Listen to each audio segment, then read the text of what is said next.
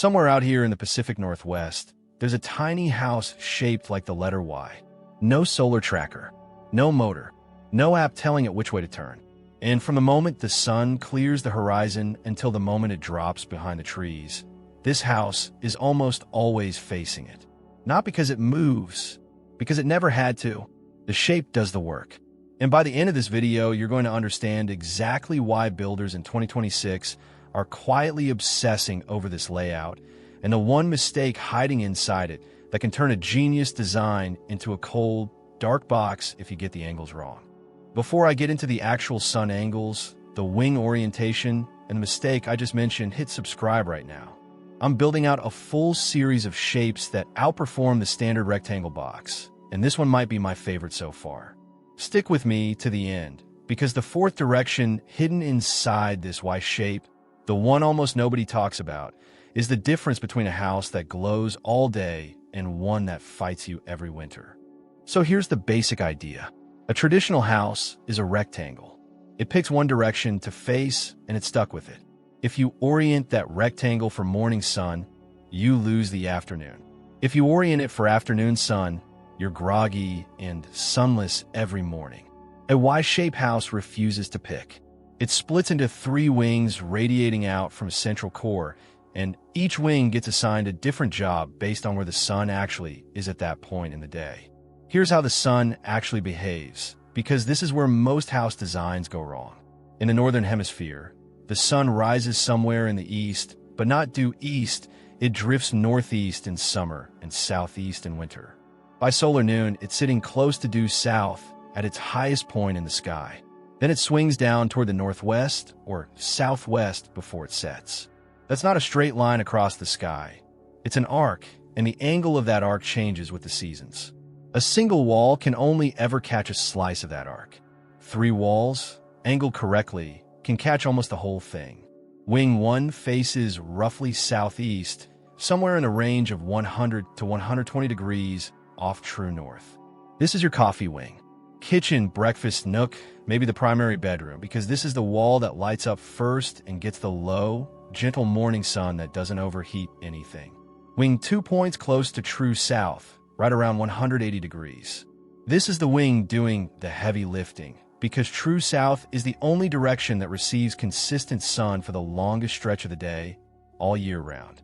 This is where you put the great room, the living space, the tall windows, and the thermal mass, meaning dense materials like concrete or masonry floors that soak up heat during the day and release it slowly at night.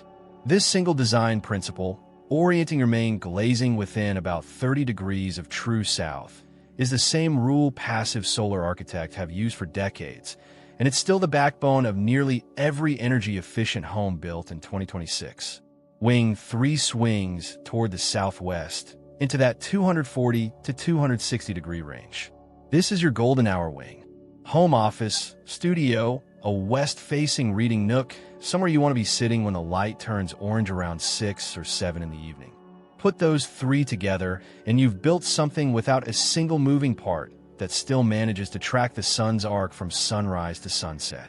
Architects actually have a name for the ancestor of this idea. It's called a suntrap plan, sometimes a butterfly plan, where wings were angled out from central core specifically to grab more sunlight than a flat facade ever could.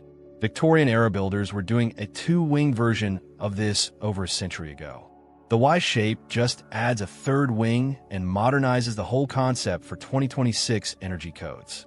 The center point where all 3 wings meet isn't just structural glue, it's your thermal anchor. This is usually where you'll find the bathroom, storage, mechanical systems, the stuff that doesn't need a view or direct light. And that's intentional, because the core is the one part of the house shielded from direct sun most of the day, which means it stays cooler and more stable.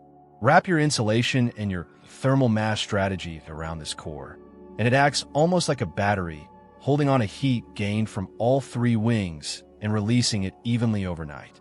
Now here's the part where almost every video about star-shaped and Y-shaped homes conveniently skips. This layout has a hidden 4th direction. Nobody designs a wing to face it, but it exists whether you plan for it or not.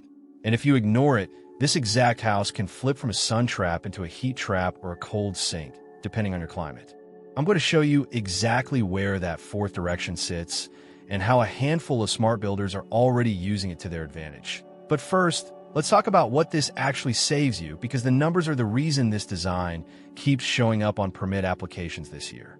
Passive solar orientation isn't just an aesthetic choice, it's measurable. Studies from utility groups, including the Bonneville Power Administration, have found that simply reorienting a home to work with the sun's path, without adding a single solar panel, can cut heating costs by somewhere between 10 and 40%. Now stretch that across 3 optimized wings instead of one flat facade, and you start to understand why this shape is getting so much attention from tiny house builders chasing net zero targets in 2026. Less furnace runtime, less air conditioning load in summer if you get your overhangs right, and significantly more daylight, which means less money spent lighting the place during the day.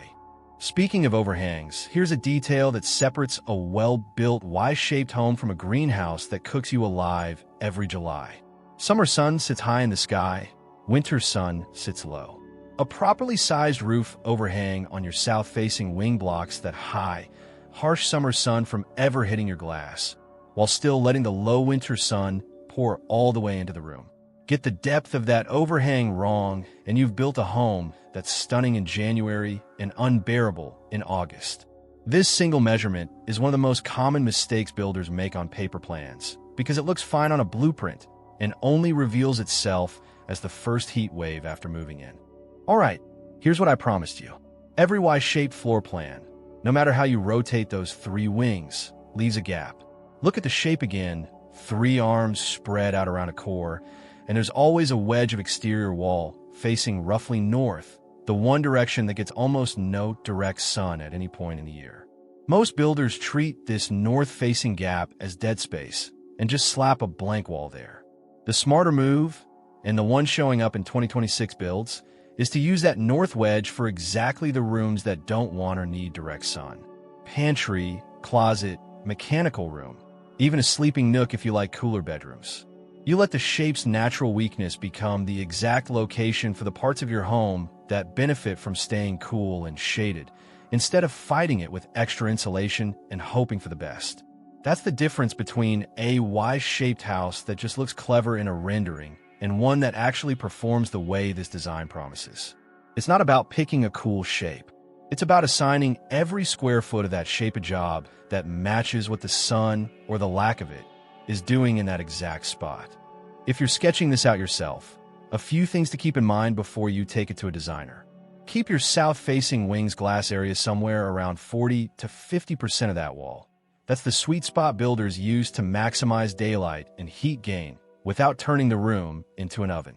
Keep east and west-facing glass smaller and more controlled, since low-angle morning and evening sun is harder to shade and easier to overheat a room with. And if you're building in a jurisdiction like Seattle or anywhere in the Pacific Northwest, check your local solar access rules before you finalize wing angles, because some municipalities protect a neighboring property's solar exposure, which can limit how far you're allowed to rotate a structure on a smaller lot. So that's the Y-shaped house. 3 wings, 1 shared core, and a floor plan that tracks the sun's entire daily arc without a single motor or moving part, plus 1 hidden direction that most builders never plan for until it's already a problem. If you found this useful, subscribe for the rest of this series, because next up I'm breaking down a shape that does something even stranger with wind instead of sun. Drop a comment telling me which wing you'd want your bedroom in, sunrise, midday, or golden hour. I read every one of them. Thanks for watching, and I'll see you in the next one.